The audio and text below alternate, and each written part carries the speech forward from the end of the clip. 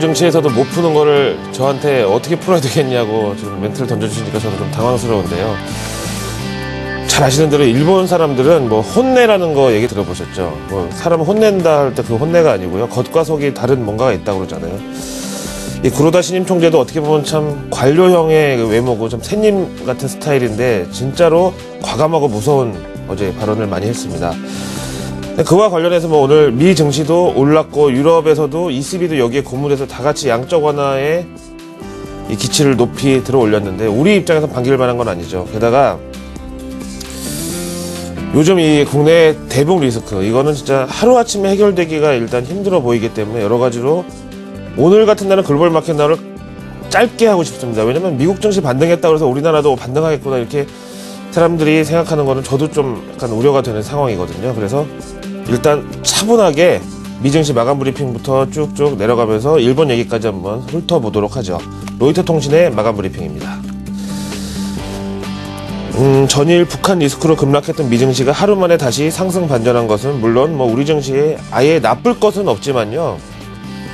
제목이 뭔가 좀 꺼림직합니다.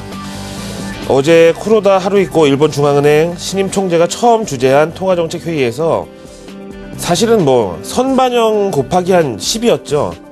모두가 예상하고 있던 일본의 양적 완화를 더 세게, 더 크게, 더 강력하게 추진하겠다는 의지를 표명하면서 일본 증시가 급등을 했고요. 엔화 가치는 또 반대로 급락했고요. 그 다음에 그 바통을 이어받은 어제 저녁 ECB 통화정책회의에서도 야, 일본이 저러는데 우리라고 가만히 있을 수 있겠냐. 지금은 뭐 거의 오르막길에서 자전거를 타는 그런 상황이다.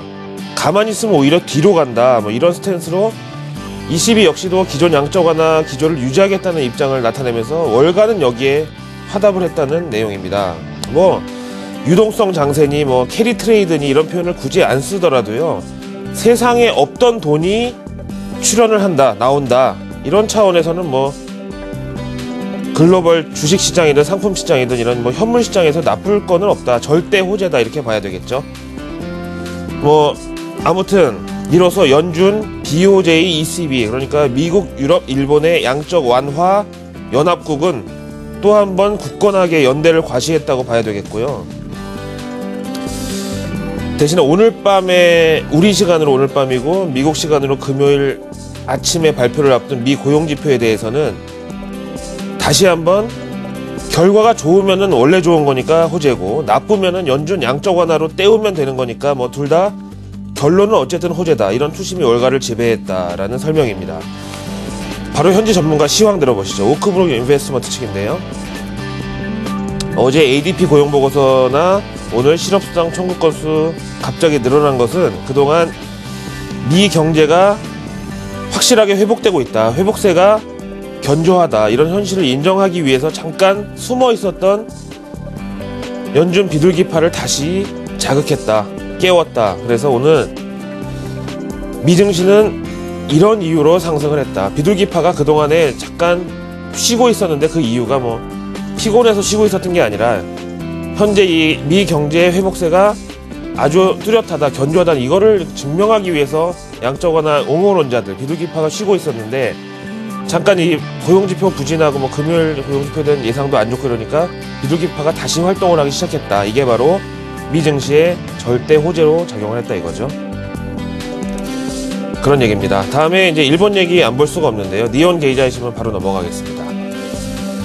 어제 통화정책 회의 후에 바로 기자회견이 열렸는데요. 이 자리에서 쿠로다 하루이코 뱅크 오브 재팬의 신임 총재는 기존 채권 매입뿐만 아니라 부동산 리츠, ETF 등 이 직접 시장을 좌지우지하는 자산을 다 매입하겠다 이런 계획을 밝히면서 모두가 예상했던 뭐 그 정도 수준의 양적 완화를 완전히 뛰어넘는 그야말로 뭐 이제는 금리빨도 다 받아주겠다. 뭐 뭐든 닥치는 대로 다 담보로 잡고 돈을 다 내주겠다. 뭐 이런 의지를 표명해서 전 세계 시장을 놀라게 했습니다. 근데 양적 완화는 뭐 이미 한 5년 전부터 익숙한 표현이고요. 이제는 양적 완화 더하기 질적 완화. 참 뭐 일본 사람들의 창의성이라는 건 저도 뭐 놀라운데요. 양적 완화 더하기 질적 완화를 들고 나왔다는 게 중요하죠.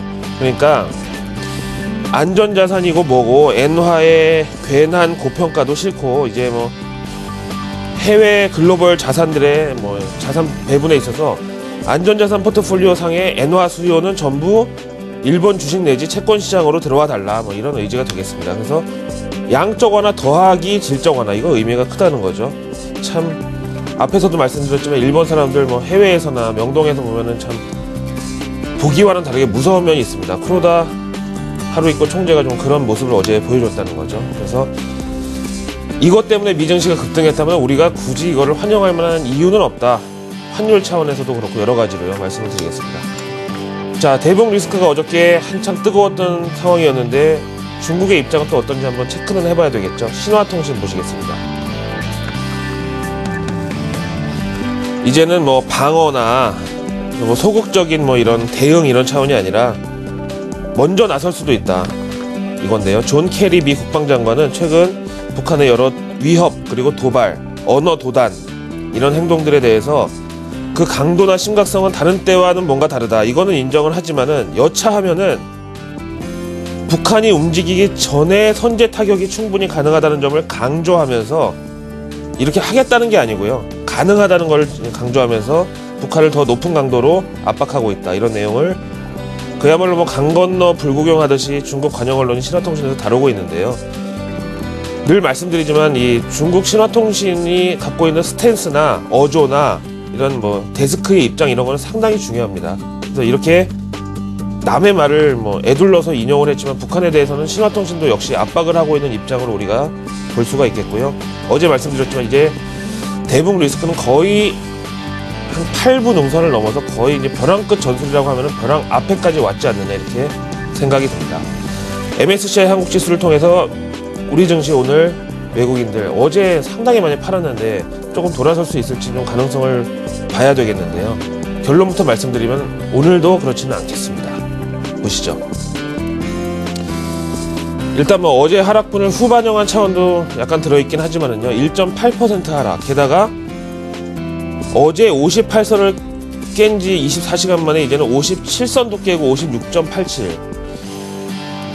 뭐 제가 감히 말씀드리지만은 뭐 증권사 애널리스트나 뭐 시황 보시는 분들이나 전문가들, 저보다 물론 다 많이 배우고 경험도 많은 분들이겠지만 지금 섣불리 외국인의 저가 매수, 밸류에이션 매력 이런 걸 얘기할 때는 아직 아니라는 거, 외국인의 시각은 전혀 그렇지 않다는 걸 말씀드리고요. 그냥 뭐 참고만 하세요. 뭐 56.87이라는 수준은 외국인들 1900 깨져도 당장 매수할 생각이 없다는 이런 투심이 반영되어 있다고 말씀을 드리겠습니다. 오늘 금요일인데 안 좋은 말씀만 드리게 돼서 죄송하지만요, 현실이 이렇다는 건 일단 직시를 하시고 오늘 개장 상황 대응하시기 바랍니다. 글로벌 마켓나우의 김유기였습니다.